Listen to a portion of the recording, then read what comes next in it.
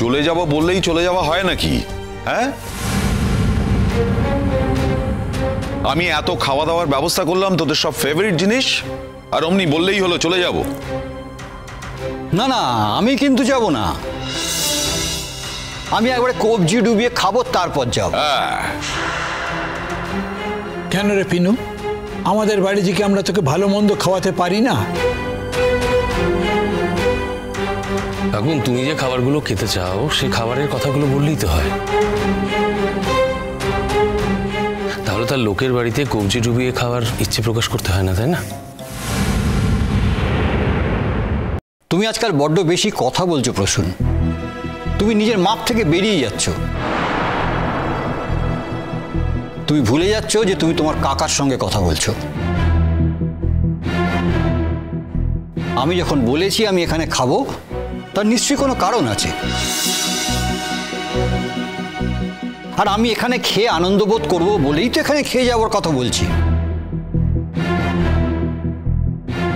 একদম। কাকা বাবু অলওয়েজ আমার সাপোর্টে আছে। কাকা বাবু যুগ যুগ জিও। তুমি এমন ছেলে মানুষই করছো, মনে হচ্ছে না তোমার এতখানি বয়স হয়েছে। ছি ছি ছি, আমাদের বুবলাই তো তাদের বিয়েতে এমন করেনি। আরে কাকামণি, বেশি বয়সের বিয়ে, এই উত্তেজনাই অন্যরকম। আপনি অবশ্য কি করে বুঝবেন? যাকে যাক, রেজিস্ট্রাররা বসে আছে, শুভ কাজটা শুরু করে দেওয়া যাক। এই তো ক্যামেরা দাও দাও দাও। আচ্ছা, শুভ কাজটা কি করে হবে বলো তো? ক্যামেরা তো এখানে।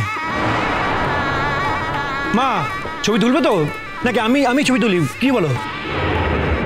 আমি নিজেও তুলতে পারি, এই ছবিগুলো আমি তুলতেও চাই। দাও ক্যামেরাটা আমায় দাও।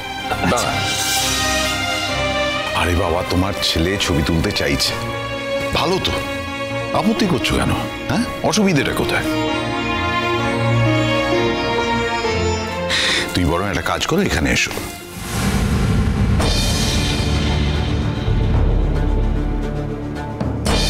কোথায় যাব? তোমার একটা কাজ আছে তো।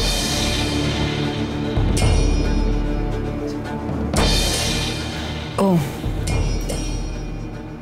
উইটনেসের কথা বলেছিলে।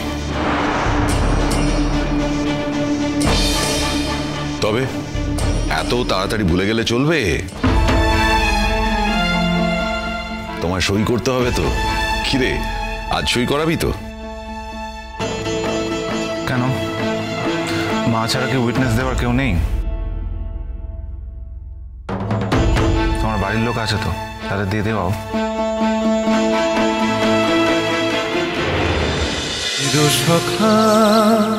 চিরসখা সোম থেকে রবি প্রতিদিন রাত ৯টায় স্টার জলসায় ও জিও হটস্টারে।